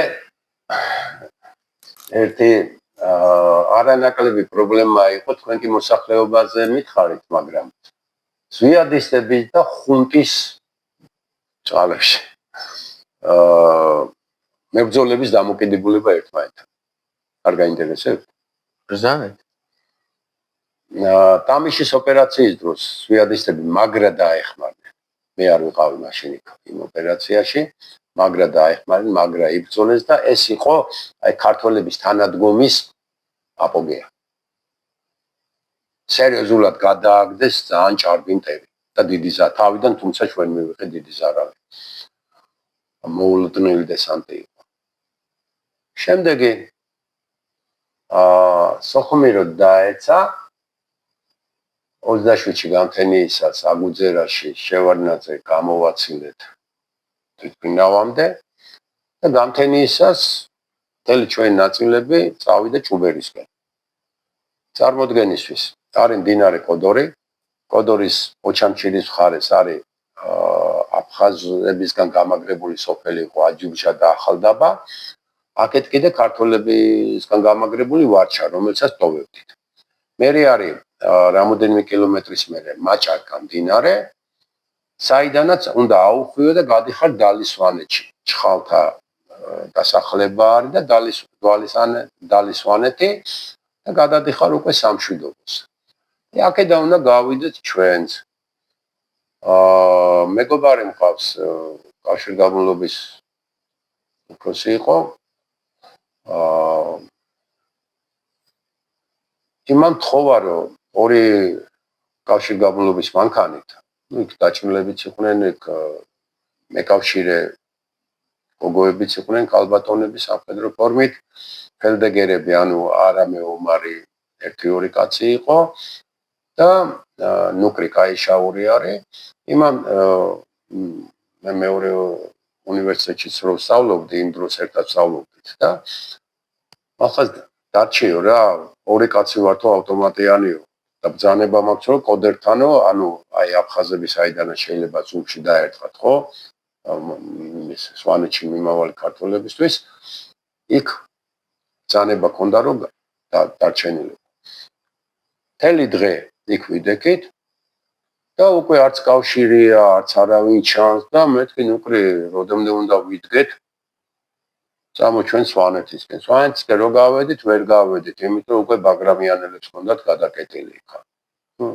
პატარა ექსესები და მოვბრუნდით და კოდორზე გადავედით, აფხაზების ზურგს უკან ფონი ვიცოდი, იქ რამოდენიმე პატარ-პატარა ნაწილები სამხედროების და მოქალაქეების გადადიოდნენ ოჩამჩირისკენ. და ჩვენც წყნარად გადავედით ყოველგვარი ექსესის გარეშე აფხაზების ზურგში და ოჩამჩირესთან უკვე ამ აფხაზების სოფლებს რო გავწდით, აფხაზების გამაგრებულ სოფლებს რო გავწდით და ოჩამჩირისკენ ზღვის ნაპირიდან რო უნდა აგვეხვია ეს გრუნტის გზიდან. რო უნდა აგვეხვია, უცებ თავზე პულემიოტმა გადაგვიარა. თქვენ შევარნაძის ლეკვებო გაჩერდით მან, აუ სვიადისტები. იარაღი უნდა წაგვართვან, სამხედრო ფორმა, შეურაცხყოფა, ჩხრეკა. ხო და ნუკრი მეუბნება მალხაზო მეგრელი ხარო და დაელაპარაკეო. ბიჭო შენ შეურაცხყოფას მოგაყენებენ და არ დაგხვიდავენ და მე მეგრელი რო ვარ, მიმახვიდავენ თან. მიდიო რა. მეგრელს რომ მაინც დაინდობსო და აი როგორია იცით ჩხუბშიც, ბრძოლაშიც პირველი ნაბიჯის გადადგმისაც გაქვს შიში არა მანდრაში. ომი რა არის, ომი მუშაობა. უნდა იცოდე ოღონდ მუშაობა. შიში და პანიკა არის, როცა არ იცი რა ხდება და რასთან გაქვს საქმე. აი ეგა შიში და პანიკა. როცა იცი რა ხდება და ესა, მერე უკვე მუშაობას თუ იცი. მერე აი პირველი ნაბიჯი, პირველი გარტყმა, პირველი მოხვედრა არის ძნელი, თორე მერე უკვე მუშაობა. მერე ჩვენ. კი. და შიშები და ეს გეწყება მერე სამშვიდობოს რო გახვალ. და აი მანქანიდან ჩამოსვლა გამიჭირდა, მაგრამ ჩამოვედი თუ არ უნდა გააკეთო რა და სამხედროში არის ნადა. აი ეს გვასწავლეს რუსულ საბჭოთა ჯარში. ნადა. შო გინდა არ გინდა უნდა შეასრულო ძანა. მივაჭერი ამ პულემიოტთან და ვინა თქვენი უფროსი მეთქი მეგრულად კითხე, მაგრამ თბილისური მეგრულით რა. დედა ვინ არის და გოჩა არა ჩემია. არა ჩემია, მე გვარა ჩემია ვარ. ბავშვობაში მამა ჩემი, ბაბუა ჩემი, აი 4-5 წლის რო ვიყავ ლოგინში რო ჩამეჭვენენ, მიყვებოდნენ თურმე ოდესღაც 3-4 საუკუნის წინ გურულები ორი ძმა გამოექცა გურიელს. ნუ კაი საქმეს არიზავდნენ, ხო გურულები ვიღაცას მოკლავდნენ რაღაცა და დადიანთან სახურება დადგნენ. მერე გურიელი ესტუმრა თურმე დადიან სანადიროდ. შეხედა ეს ჩემი ყმებიაო. დადიანმა არა ჩემიაო, ჩემი არა ჩემიაო, ძმებმა გლეხებმა რა. გახედეს და ორივე შეუკურთხეს და გავარდნენ ციხე გოჯის ნოქალაქების დღეებში საყაჩაღოდ. ისენ იმდენად საშიში ადგილი იყო მან ყაჩაღებისგან, რომ მაშინ ხო თურქები გაბატონებულები იყვნენ, რომ იმ ადგილს დაარქვეს ფრთხილად-წადი. მოქალაქეების გვერდით ადგილს. გეჯ-იეთ. გეჯ-იეთ, ფრთხილად-წადი. დღესაც სოფელს ქვია გეჯეთი. და ჩემი გვარი იქიდანაა წარმოშობილი. არა ჩემი, ერთ ძმას შერჩა ჩემია გვარი, მეორეს არა ჩემია. არა ჩემიები უფრო ზუგდიდისკენ გადასახლდნენ მერე. თქვენი გვარის წარმომადგენლები უფრო ციხე-გოჯში. ციხე-გოჯთან გეჯეთში. ჩემი გვარი იქიდან და შხეფი მეორე სოფელია კიდე. ხო და მერე ახლა მე თბილისში სწავლა, ფიზიკოსობა რაღაც სულ არ მახსოვდა ეს ისტორია რა, მით უმეტეს საბჭოთა დროს საიშროებებზე არ იყო ლაპარაკი და გოჩა არა ჩემია რომ ითხრა, თვითგადარჩენის ინსტინქტი ამუშავდა, ყველაფერი გამახსენდა უცებ. სადამ ეგერ მოდის 2 მეტრიანი ვაჟკაცი, 2 დაცვით. პირდაპირ მივაჭერი დაშვებული იარაღით და დაცვამ განიარაღება დამიპირა და გოჩამ როგორ ბედავთო ჩემი ბრძანების გარეშე, ხა დაშვებული იარაღზე წესით სანამ არ გაირკვევა ურთიერთობა არ უნდა შეგეხო. მეთქი სამხედროა ნამდვილად. ხო და შენ ახარ მეთქი გოჩა არა ჩემია მე ვარ. მეთქი მალხაზი ვარ ჩემია მეთქი. აი ყველაფერს ელოდა ამის გარდა რა. და როგორ გამithარდა შემდეგ ეს მოვლენა? ხო და მეთქი შევარნაძის დედა აქეთ მეთქი და გამსახურდი ასე იქით მეთქი. მეომრები ვართ მეთქი რა. ყველაზე გუნა დააბრუნდა და დაჭრილები არიან რაღაცა ესეთი სამ-სამი ტყვია დაგვრჩა მეთქი. ხა თქვენ ხო არ გესვრით მეთქი. ხო და ეხა შეურაცხყოფას თუ არ მოგვაყენებდა იარაღს არ წაგვართო შენიცი და ჩვენმა ძმობამ მეთქი. მეგრული გენები ამუშავდა რა მაინც. ხო და ჩვენმა ძმობამ მეთქი. ან ისოდა ან არა ეს ისტორია. მაგრამ ჩემი არა ჩემიაზე დაწყვიტა ყურა. მოვიდა შეამოწმა ყველაფერი დაათვალე ღირსეულად გამოგვაცილა ხელი ჩამოგვართვა გადავეხვიე და ესე დავცეთ. აი ქართველობა ისტორია ნახეთ სად გამომადგა. თუმცა გალში ზვიადისება მაინც დაგვართვას იარაღი. ბატონო მალხაზი, როგორ შეიცვალა თქვენი ცხოვრება ომის შემდეგ?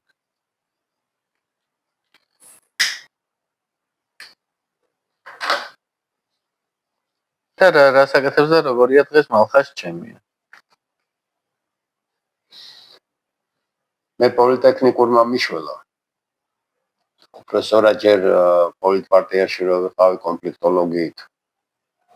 შენევის ფორმატში მუშაობდი გაეროსთან. 4-5 წელი ცხინვალის რეაბილიტაციაშიც, თუმცა $40 ჰქონდა ხელფასი. მეტი არა. ხო და ძალიან დამცირებულად სხვათა შორის. იმიტომ რომ დღესაც სიტყვით პატივისცემა ვეტერანებს პატივისცემა ეს რითი 100 ლარი დახმარებით იცით რაც უდღეში არიან ბიჭები. მე მიშველა ემა რომ მე ამ კონფლიქტოლოგიიდან მომიწია წამოსვლა, იმიტომ რომ არასამთავრობოდ მუშაობდი, იმიტომ რომ მართვადი არასამთავრობო ვერ გავხდი და ჩამომიცილეს, თორე აი თინახი დაშელები და ესეთები. ხეს რომ მართვადები არიან ხან ტაივანის გრანზე და ხან ყველაფერზე და საქართველოს რადრო არიან მოქცეულები, ეგეთი ვერ გავხდი და მომიწია წამოსვლა. მე მიშველა პოლიტექნიკურის საინჟინრო ცოდნა. მე წარმე გავხდი, რაღაცები მივახციე და ამ მეწარმეობით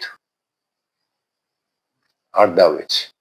ბანკის ვალებიდანაც გამოვედი და ბევრი დავასაქმე კიდეც. მოდი ესე ვთქვათ, ხელისუფლებას ვერ მოთხოვ, ზოგადად რო ვთქვათ. ამ დროს უნდა მოთხოვ. ქალისურნელი ნანახი გაქვს ხო ამერიკაში? რა თქმა უნდა, ალპაჩინო, უდიდესი მსახიობი. ეხ. ეგეს ვერ მოთხოვ ამ გაღატაკებულ ქვეყანას. სამშობლოს უნდა ემსახურა. სამშობლო შენში უნდა იქნას. თხოვნით ვერ მოთხოვ. თუმცა სოდო არიან რა, ეს ცოცხლა დარჩენილი გმირები. ძალიან ბევრი ვიცი, ძალიან ცუძღეში არიან. 300-400 ლარა თვეში. 1000 ლარიც არა აქვს. და პენსია რომელიც დაგირევებული აქვს Liberty Bank-ში 24%-ად. სესხები აღებული და აღებულობენ იმ პენსიას ან არა. უპატრონდარი ვეტერანი. თუმცა ვეტერანთა ეს დეპარტამენტი ყოფილი საკმაოდ ეხმარება. მე ავადმყოფობები და რაღაცა რომ დამეწყო, რაც შეეძლო დამეხმარა. მაგრამ იმასაც ფონდები და რესურსები არ აქვს იმდენი. ბატონო მოხარ გადავდივართ უკვე ბოლო თემაზე გადაცემის. და ეს არის მომავლის ხედვა. ასეთი თემა. და პირველი კითხვა, რას ეტყოდით ახალგაზრდა თაობას, რომ მსგავსი ტრაგედია აღარ განმეორდეს? ეხით რა არის თქვენ ამ შეკითხვით ეს საკითხი დაგხავთ კონკრეტულ მომენტამდე. ამ ტრაგედიას ჩვენ არავინ არ გვეკითხება. ჩვენ ვართ პროცესების მონაწილე მეთქი. და აქლემებს შორის მოჭიდავე აქლემებს შორის კოზაკი იჭყვიტებაო, ხო? ბალანსირება ისტორიულად, როცა ჩვენ კონს ვიყავით, ყოველთვის მონსტრებს შორის გავდიოდით, იგივე შევარნაძემ ამის გავსი ჩაატარა, იგივე საკეთებს ბიძინა. და რას ვეტყოდი ახალგაზრდებს? კიდევ კაი, ჩემ გარშემო, ჩემი შვილების, ჩემი დეშვილების, ჩემ გარშემო კიდე ახალგაზრდობა ის წარმატებული, შემდგარი ახალგაზრდები არიან, რომლებიც თავის გზას იპოვიან და რო თქვა ჩვენ შესწომებს არ გაიმეორებენ, ჩვენ შესწომები არ ქონია. ჩვენ უბრალო მოქალაქეებს, ჩვენი ბრძოლების არ წაგვიგია. უკეთეს სახელმწიფოსთვის იფიქრონ. არის ის კომპრომისები, რომლებიც ქვეყანასთანაც პროცესების გამო უნდა გესმოდეს. განათლება და პროფესია. იგივე აი აგურის დადება თუ იცი, ეს უკვე პატრიოტიზმია. შენ საქმეს თუ აკეთებ, აი რასაც თქვენ აკეთებთ. ისიც უკვე აგურის დადება არის ქვეყნის ქვაკუთხედში და საკუთარი საქმის კეთება, იდეოლოგიის შექმნა არის. და არა ის რუსთაველზე რა მარაზმიც ხდებოდა და ხდება. ეხლა რასაც აპირებენ კიდე ეს დესტრუქციული ძალები. 4 ოქტომბერი. ახალგაზრდები კი არა, ძველგაზრდები ძალიან ბევრია. ძალიან კაი ადამიანები. პროტესტია. ბევრი რამე არის საპროტესტო ოცნების. ბევრი რამეა საპროტესტო. მაგრამ ვის გვერდით გეხარ და ვის ტალღაზე? აი, ცალკე გავიდეთ და ვაპროტესტოთ. თბილისი აწყობილია წითელ ტალღაზე. მანქანა თუ გყავთ. არ მყავს. წითლიდან წითელი, სამჯერ მეტი საწვავი, სამჯერ მეტი დრო, სამჯერ მეტი საცობი და სამჯერ მეტი გამონაბოლქვი. ეკოლოგია იწამლება. წავიდეთ, გავაპროტესტოთ, მაგრამ ნაციონალების ტალღაზე? ბევრი რამეა საპროტესტო. კორუფცია ყველა ქვეყანაში არის. უნდა პროდუქტებზე ფასების მატება. კი ბატონო. სიგარეთზე ფასების მატება, წყალზე, დენზე და ასე შემდეგ. კი ბატონო. ხო და მაგრამ როგორ შეიძლება შენ იმ ტალღაზე დადგე, სადაც ნანუკა ჟორჟოლიანი, სადაც გვარამია, სადაც ესენი აკონტროლებენ პროცესს. არა, იმათან არ ვდგევარ. კაცო, ხო უნდა დაფიქრდე. ხო გეუბნები საკმაოდ განათლებული ძველგაზრდებიც კი იდგნენ იმ პროცესზე შარშან შემოდგომაზე, ერთთან მომიწია დაპირისპირება არა, მაგრამ საუბარმა რომ კაცო წამოცალკე ვაპროტესტოთ რა. კი, მართალი ხარ. აი ეს საკითხი საპროტესტოა, ეს საპროტესტოა ოცნების შიგნით. მაგრამ პოლიტიკურ მდგენელს დააკვირდი რა. რო გაიმარჯვოს ღმერთთან უკნას და აი ამ მოძრაობამ რუსთაველზე რაც დაიწყეს და პარლამენტის დაწვა და ცეცხლი და პედანტები, ხო? რო გაიმარჯვოს. შენ ისევ ჩაგრეცხავ და ხელისუფლებაში მოვა ისევ ნაცების სასტავი. ტრანსფორმირებული თუ სააკაშვილი თუ ის შენ ჩაგრეცხავე. გამოგიყენებენ ჩაგრეცხავენ და ვინ მოგყავს? პოლიტიკურ მდგენელზე ხომ უნდა იფიქრო. ახალგაზრდებს აი ამას უსურვებ, რომ ხვალინდელ დღესაც გადახედონ, ჩვენზე უფრო მეტი ბრძენები იყვნენ. შეუძლებელია ახალგაზრდობაზე თქვა, რომ არ ვარ გატარა, მაშინ შენ არ ვარდი ხარ. თუ ეს ახალგაზრდობა ვერ აღზარდა და ვერ ანახე. მაგრამ ხომ ჩემ გარშემო ძალიან ბევრი ძირითადი ნაწილი შემდგარები არიან, თუმცა აი ესე ღრმა ხედვა ხო უჭირთ. როგორ შეიძლება კობახიძის გუნდზე დღეს პოლიტიკურ ნაწილზე მოხდა ლაპარაკი პირველ რიგში. რამე ცუდი თქვა. სახელმწიფო შედგა. უჭირს, მაგრამ შედგა. და სამხედრო გაძლიერება და რაღაცა. კარგი რა, 58 მილიონი უკრაინა იყო და შენზე 10 ჯერ თუ 20 ჯერ მეტი ტერიტორიით, რესურსებით ან რესურსებით. შენი აბჯარი თუნდაც ხისავო, დღეს აღარ წვითავს რა ომების და კონფლიქტების ბედს. კონოპკები წვითავს, ხო? და დრონები წვითავს. მაგრამ მოლაპარაკებები რომ შეიძლება? ხო და აი მოლაპარაკებებში შენ დესტრუქციულად თუ არ მოიქცევი, ეს უკვე დიდი ჭკუაა. და საქართველოს ეს პერსპექტივა აქვს, ეს რესურსები აქვს, ეკონომიკური თანამშრომლობის. და აი რასაც ძალიან კარგად ასრულებს ოცნება. იმიტომ მე ოცნებისტი არა ვარ, მაგრამ ოცნების ხარდამჭერი ვარ. იმიტომ რომ ხედავ რომ სახელმწიფო შეიძლება ჩააბარო კობახიძის გუნდს. კი, ბევრ ამას კიდე გამოასწორებენ შიდა პოლიტიკაში და გამოსასწორებელია ბევრი. დააკვირდე პროცესებს. დანაშაულებები ხდება სახელმწიფო ადმინისტრაციული თუ ჩინოვნიკური დანაშაულებები ხდება, მაგრამ მათი წარმოჩენა ხდება და გამოძიება ხდება. მიჩქმალვა არ ხდება. ნეპოტიზმი და აი ესეთი პარველობა არ არის.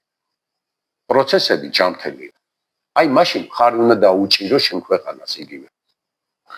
და ბოლო კითხვა, თუ ოდესმე აფხაზეთი დაუბრუნდება საქართველოს. ოდესმე კი არა, მალე რა იქნება ამის თავარი წინაპირობა?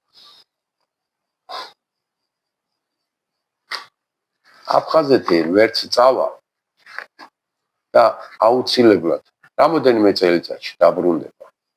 რამოდენიმე იქ ჩვენი ტრადიცია და ემზადებიან კიდეც ამისთვის. აფხაზეთში წინაპირობა იქნება სამხრეთ კავკასიის გეოპოლიტიკური ეკონომიკური პროცესები. იმიტომ რომ ხო გითხარით ჩვენ ბევრი შეცდომა დაუშვით მაინც აფხაზების მიმართ, ალბათ ცხინვალის მიმართაც. ნუ თვითონ იმათ შეცდომებზე არ მაქვს ლაპარაკი, მაგრამ ჩვენ მაინც კონსტრუქციულად ვერ ვიქცეოდით და ისინი მძევლები არიან, გაცილებით სუსტები არიან, ვიდრე ჩვენ სახელმწიფო მაინც ვართ. და წინაპირობა ის არის, რომ კულტურულად მაინც აფხაზებთან ერთად ვართ. ეკონომიკურად სხვა გზა არ აქვს, პირველ რიგში ეკონომიკა არის განსაზღვრელი ამისი და შინაგანად ისინი მზად არიან ქართველებთან დიალოგისთვის. და არა მარტო დიალოგისთვის, ურთიერთობისთვის, რაც ახლა არაოფიციალურად დღესაც ხდება ეს ურთიერთობა, თანამშრომლობაც. ოღონდ ეს საერთაშორისო პროცესები სამხრეთ კავკასიაში უნდა დაარეგულირდეს და დასტაბილურდეს. მაშინ ჩვენივე სურვილის საწინააღმდეგოდ არ მოვიქცევით ისევე როგორც აფხაზები არ მოიქცევიან. და მაშინ ქართველებთან დიალოგი შედგება. ამას უკვე პოლიტიკური სტატუსი რასახე ექნება ფედერაცია, კონფედერაცია თუ უნიტარული, ეს უკვე ტექნიკური, ტექნოლოგიური საკითხია, პოლიტექნოლოგიური.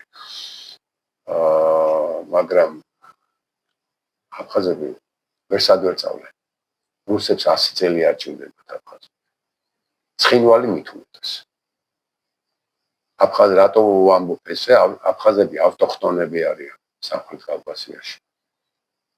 ოსები ჩრდილო ოსეთში არის მათი სამშობლო.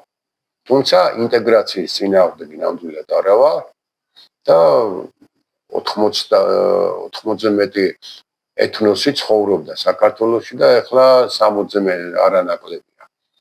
და პირიქით, ინტეგრაცია აუცილებელი პროცესია. მონოეთნოსურმა პოლიტიკამ ეგრეთ სომხეთში ცუდი შედეგები გამოიღო. 90% სომხები არის მარტო სომხური ეთნოსის. ეგ არაა გამოსავალი და აფხაზებთან კიდე შეიძლება ერთად ვიცხოვრებთ. იმიტომ რომ ეკონომიკა ჯერ ბევრ საწყვეტავს და თვითონ აფხაზები ჩვენ წინააღმდეგები. აი, შეგნებული არ არის.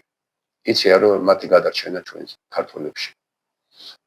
ნუ გავიწყდებათ ჩრდილო კავკასია და აფხაზეთის და ცხინვალის ერის მამები თბილისის უნივერსიტეტში სწავლობდნენ საკუთარ ისტორიას.